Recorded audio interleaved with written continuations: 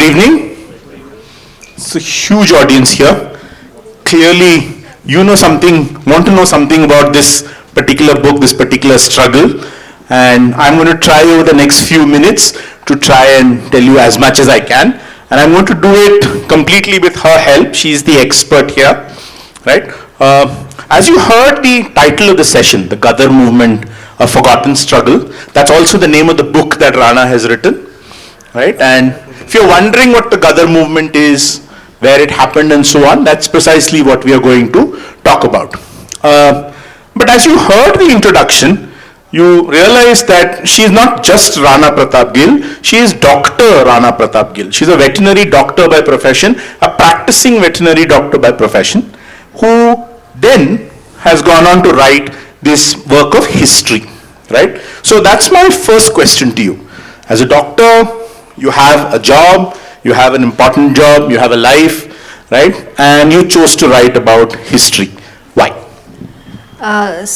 This happened before COVID. I was going on a trip with my family to Andaman and Nicobar Islands. So plan to Cellular Jail was on the cards. So I posted it on Facebook, and one of my seniors, he just told me that while before going, that his grandfather's brother's statue is installed in the park next to the Cellular Jail, next to Veer Savarkar statue. And he was a revolutionary who participated in Mandalay conspiracy. Later on, I came to know that Mandalay conspiracy was part of Ghadar movement. But my first reaction was that everyone knows about Veer Savarkar, and no one knows about this particular revolutionary Pandit Ram Rakhabali, whose statue is installed next to Veer Savarkar statue. So I started to find more about this particular revolutionary when I came back, and this is what led me to Ghadar movement. Okay, so now for the sake of the audience, tell us a little more about this Ghadar movement. So Ghadar movement was basically a movement started by Indian immigrants, mainly Sikh Punjabi peasants who went to United States of America and Canada for better working conditions, for better pay, and ended up being revolutionaries because they faced racism, they faced racialism. Along with them joined the people who were already in countries like Europe, revolutionaries who were exiled from India, people like Shamaji Krishna Varma, Vinod Damodar Savarkar, Madam Bhikaji Kama. So these people, these revolutionaries, were exiled from India and they were operating from Europe. So these people, they joined Sikh Punjabi peasants and the students who were studying in foreign universities abroad, people like Daris Chenchia, Kartar Singh Saraba. So all these people, they were joined together by a genius, Lala Hardyal, who was actually a very, very meritorious student who was given a scholarship by the British government to study in Oxford. But somewhere in the way he gave up that scholarship, and he was the one who was taught in the art of revolution by Savarkar. So Lala Hardyal formed a party with the Sikh Punjabi peasants, immigrants who faced racism, the revolutionaries and the students. They joined together and formed a party called Ghadar Party. So, and what does Ghadar mean? So Ghadar means mutiny, to rebel, a rebellion. So the plan was to overthrow the British government. So my book covers a period of 1913 to 1918. So this movement, though, was not successful, but definitely a precursor to Indian independence, and very important, just like all those movements who came before and after this movement, but were not able to get us independence, but definitely revolutionized the Indian populace. So what was the plan? Here you have these peasants, right? There are a few educated leaders, but they're all in America, right? How were they going to overthrow the British government in India? What were they thinking? So these were the people who were brave hearts. So these Sikh Punjabi peasants, they thought that when they came from India to abroad, they faced racism. They realized that this kind of treatment is meted out to them because they were citizens of a slave country. So they thought the people out there are ready to be revolutionized. So they thought they'll go there, they'll have a mutiny, they will... Come to India, you mean? Yeah. They will come to India, all the people will side with them, they will incite the troops, get their help and overthrow the British government. So this was obviously a kind of misconception they were having in their minds, because they did not know the might of the British government, but this was their plan. Right. So clearly you understand the plan. It wasn't a bad plan, right? Obviously, much of the British Indian army was Indian. You know, Indian soldiers who were serving with the British in the British army. The idea was to come back to India, get the army to mutiny, right? And the army had weapons, and if they mutinied, the British would have to, obviously turn tail and run away from India. It was a good plan, right? In some sense, it wasn't actually very different from what Mahatma Gandhi said a few years later, when he said if Indians don't cooperate with the British cannot hold on to India, right? And so the Indian troops did not cooperate with the British army heads. They could not hold on to India. Good idea, failed. What happened? I'd like to know about an incident called the incident of Komagata.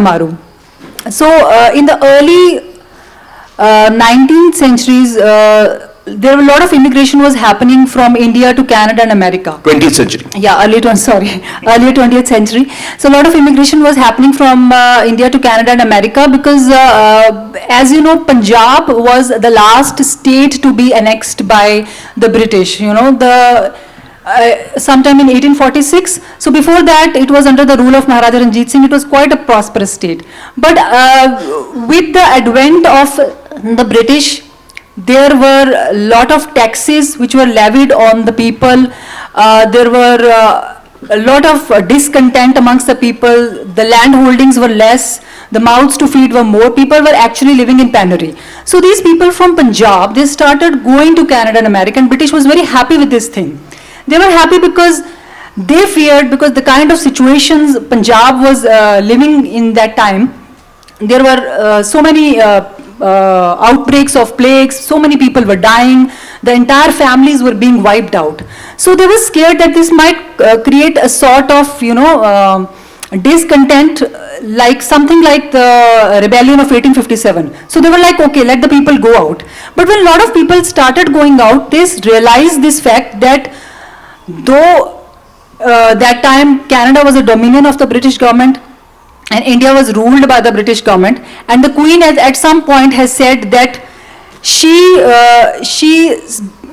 all the people who are under the control of the British government, all the countries, they will be treated equally. So when these people moved to Canada and America, they thought, okay, we have to be treated with respect.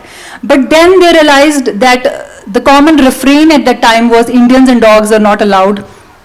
And little kids used to run after them, calling them Hindu slaves. So these are the people who realized that this is happening to them because they were the nations of the slave country. So at that point, the British government did not want these people to come back.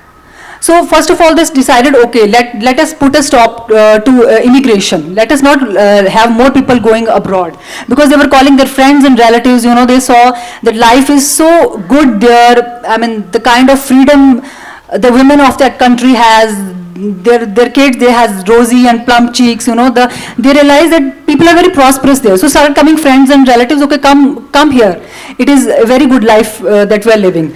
But after they put a stop to immigration, there is a particular ship called Komagata Maru, which was docked at Vancouver Harbour, and which was, the people were not allowed to disembark. For many days, people were on that ship without any food, water or medicines. So the ship was sent back. So when this ship was sent back, amidst this, there was a bugle of First World War. So unfortunately, a fracas happened, and these people, a lot of people died in a shootout. In Calcutta. Yeah, in Calcutta. So this particular incident, the Badbaj Ghat shootout, you know, this made the Ghadarites, you know, all their plans, they just, you know, they went into it easy. You know, they had a particular plan. They wanted to come at a particular time. So they just sold all their properties. They just came back on ships. And when they came back, most of them were arrested. So clearly the plan did not actually take off at all because the timing was all wrong. So Yeah, most of the people were arrested, the leaders like Son Singh Pakna and those people like Kartar Singh Saraba and others who did not come to the Calcutta port but came through other routes like from Chennai and all to the Chennai port. They again tried to form a union. They again tried to, form a party, but they were not successful eventually. Right. You've mentioned a name called Karthar Singh Saraba, right? And I'm not sure how many of you have heard this name. And Karthar Singh Saraba is a very, very interesting character. He actually grew up without parents. His grandfather brought him up, and at the age of 15 or 16 sent him to America to study, right? And at a young impressionable age. And he fell in with the Ghadarites, came back to India, right? Tried to incite revolt in India, failed, right? But in his failure, there is another story, right? In his failure, he inspired another person. And that's the story I would really like you to tell. And I think it's a great, great story that all of us must know. So Kartar Singh Saraba was only 16 when he leaves India and joins the University of Berkeley.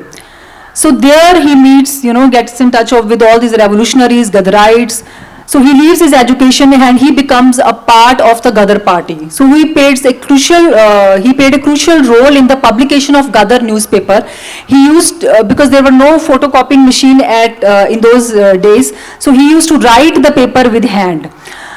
So when he comes back at the age of 19, he is convicted of treachery, of revolt against the nation.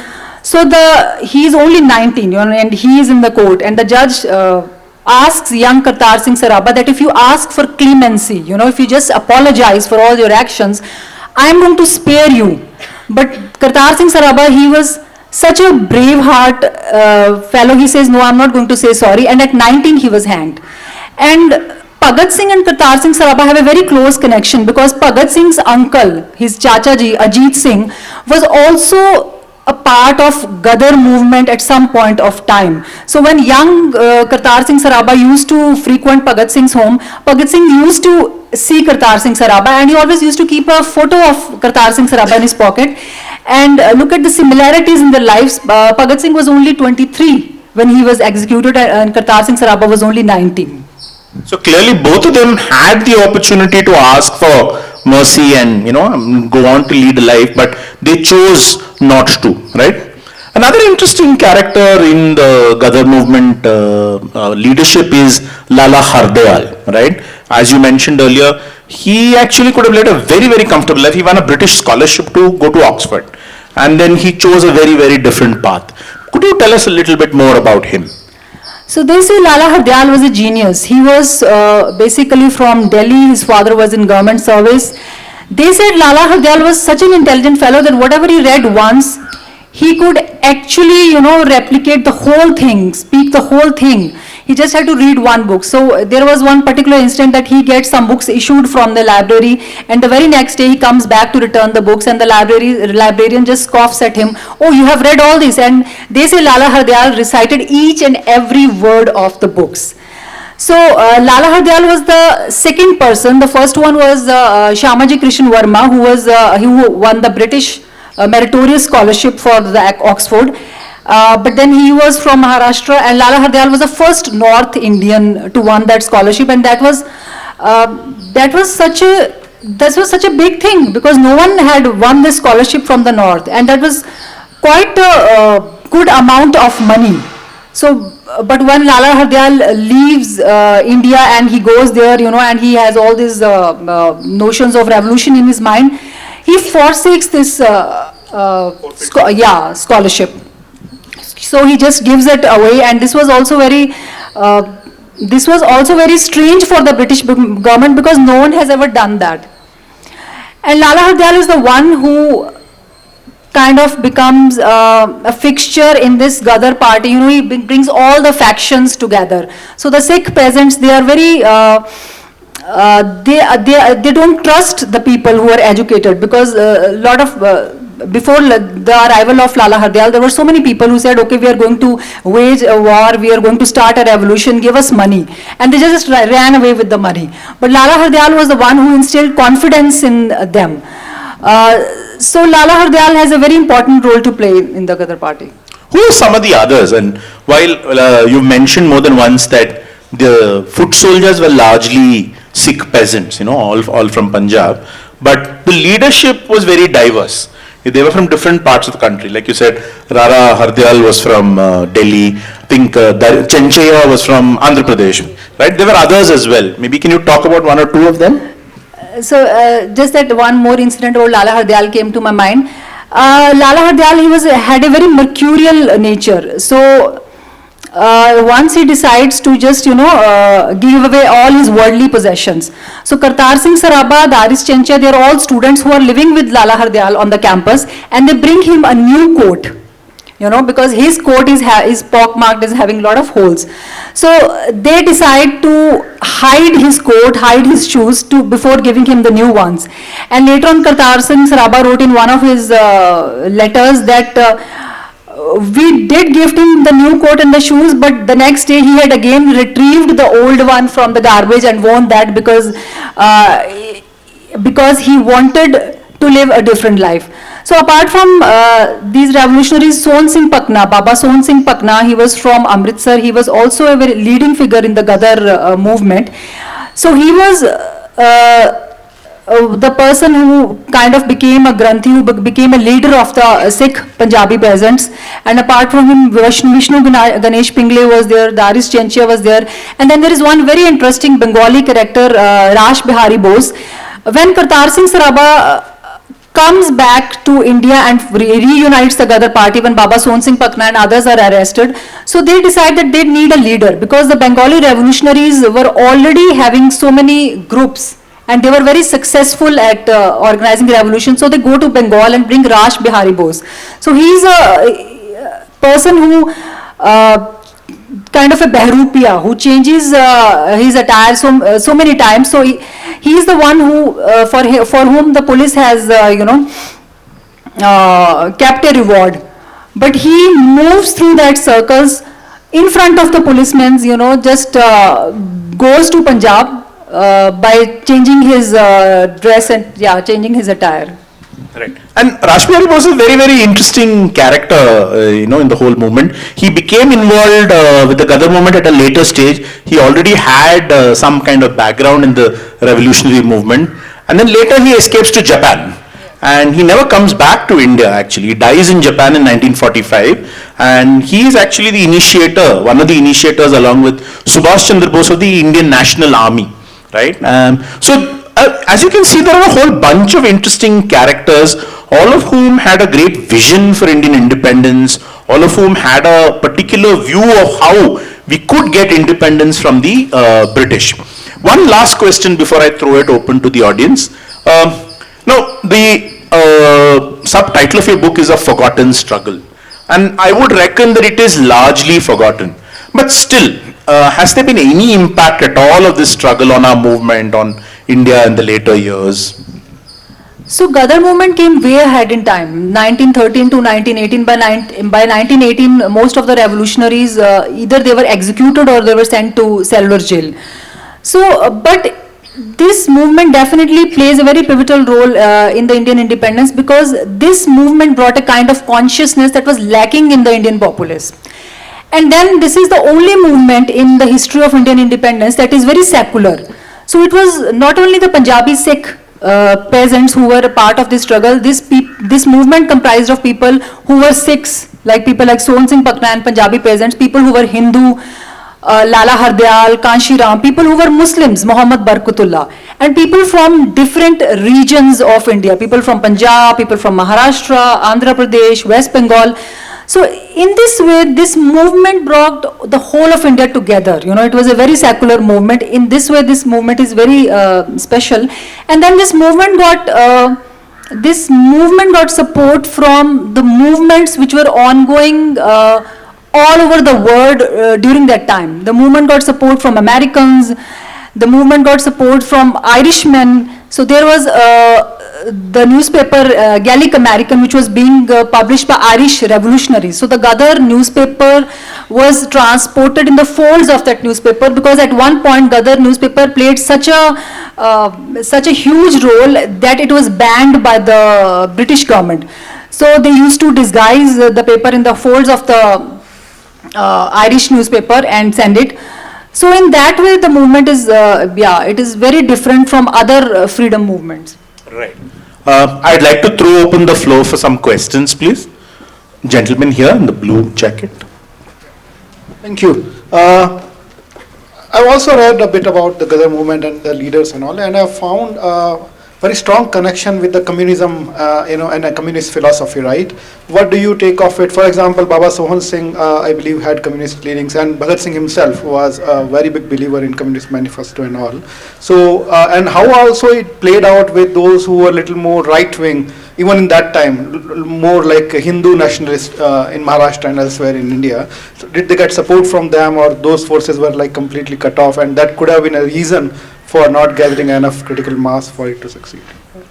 So Baba Sohan Singh Pakna once said that patriotism is our only religion. So these were the people, when they formed the Ghadar party, so they made this charter of, of list of the things that all the Ghadarites are going to abide by. So one amongst them was that they will never, ever, show off their religious beliefs, religious symbols. So the point was not being on left or right. The point was they just wanted one thing. One thing was on their mind. They wanted freedom of the country at all costs. And for that, they had Hindus, Sikhs, Muslims, and even there is one particular story which we did not discuss, a story of Manguram. So Manguram was, he came from India to California. He was considered a low caste in India. But when he came, when he comes to Yugantar Ashram, which is the premises of the Ghadar party, they just, deal with him like he's one amongst them. So he doesn't feel that sting of, caste discrimination there. And when Manguram goes back after 1918, he finds a new dharma called Ad Dharma. So they were only focused on basically the freedom of the country. And at that point, that further when the Ghadar party splits, then there are two factions, Babbar Khalsa and the Kirti Kisan party. And the Kirti Kisan party was more, for which Bhagat Singh also used to write articles, it was more leaning towards the left. But before that, before the Ghadar party is not split, the only focus was to get freedom for the country at all costs. Even Savarkar's Hindu nationalism comes later. At that point of time, he was a very different person. There's a question there, the gentleman in the glasses.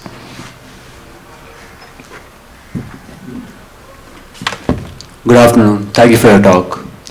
My question is, when we talk about Ghadar philosophy or the movement that had taken place, may I know what are the remnants of this movement that can be seen in the rural Punjab areas as of today? Do we still remember the leaders, the cadre members right from the bottom rung in the areas of Punjab? Thank you. So yes, because most of the Punjabi peasants, they came from villages from all over Punjab. So they still have that legacy. Desh Bhagat Yadgar Hall was built by the Ghadarites. Bhagat Singh Bilga was the last surviving Ghadarite. So he built that along with the help from others. It is in Jalandhar, Punjab. So they still have that legacy. They have this Mela, that is a fair, Mela Gadri Babyanda, every year to commemorate the struggles of the Ghadarites, of the role they played in the freedom movement. And yes, they're still being remembered. In fact, more is being written about them. And again, we forgot to mention Bibi Gulab Kaur. So there was one woman in the Ghadar movement as well, because women in those times, they were wives, daughters, mothers, they had a big role to play in the Ghadar movement, because when the Ghadarites were sentenced or executed, their families had a very, their families were dealt very badly. They were literally thrown on the streets. All their properties were confiscated. But Bibi Gulab Kaur, now more is being, because people did not know about Bibi Gulab Kaur, but now it is being written about her that she, chose to, when her husband initially says that, okay, I'm going to be a Ghadarite, and then he backs out, Bibi Gulab Kaur, just removes her bangles and throws on his face. And this is what is written in the books. So she says, I am going to accompany Ghadarites. So she was very helpful in Ghadarites getting the rooms on rent, when in those times the single people were not giving. So I think now the time is such that more is, the Ghadar movement is in talks, and lot is being talked about them, and there are memorials in lot of villages in Punjab. Question here, the gentleman there. And then a question behind. So you guys writing about this and researching about this, so you know what has happened in the history. So from that point of view and that knowledge, do you have a point of view on the communal lines on the which the world is divided? For example, the France versus, you can take India 20 years back, 30 years back, versus China, where religion has totally been, in China has been sidelined. In France, there are restrictions on all religions, not just the majority or minority, all religions. There are restrictions in schools, public spaces, in a democracy, and in a China where it is marginalized, versus India where all of them were placed on a even single mantle where they stand. So which one in the future will be the model going up? Which one will be the... Can you respond? I'd like to take one more question after this. Thank you. Yeah? Would you like to respond? See, the Ghadarites were far away from the religion, you know, they were above the religious identities. As I've already said, they were Hindus, Sikhs, Muslims. These were the people who didn't consider religion anything. So it was, yeah, it is something very strange, and they were so enlightened people that when the people in India were divided on caste and they were talking about religion, the Ghadarites were way ahead of their times. So in Ghadar movement, at least, there is no talk of religion. Yeah, so it's something to think about. There was one more question there, the last question. Gentleman behind you. Good evening, ma'am. Good evening, sir. When we talk of Ghadar movement, it happened basically within the confines of erstwhile Punjab, wherein a larger part has gone to the Pakistani side also. And the Pakistan has comfortably forgotten any of the history, what has happened before 1947. What is your take on modern today's Punjab on our side also, somewhere trying to comfortably forget it and embracing what was not its history from the other side? So I think history will be conveniently forgotten if we do not talk about it. So my book is, one such effort in this direction. So the only thing is we have to talk more and more about it. We have to talk about it again and again. I hope more is written about Ghadar movement. So the more we write about it, like we are having a session on it, the people who don't know about Ghadar movement, they're going to know about it. The people who know a little about Ghadar movement, they're also going to know more about it. So all these discussions, they are an effort towards that direction. So I think whatever forgotten histories are there, someone has to take that onus and research about them and, write about them. And that is the only way to keep them alive. In the words of Dylan Thomas, do not go gentle into that good night, rage, rage against the dying of the light. I would like to conclude on that note. Thank you so much for talking to us today. I hope all of you get to read this book. Please do read this book. She will be at the bookstore signing copies. Thank you so much. Thank you so much for being here. Thank you.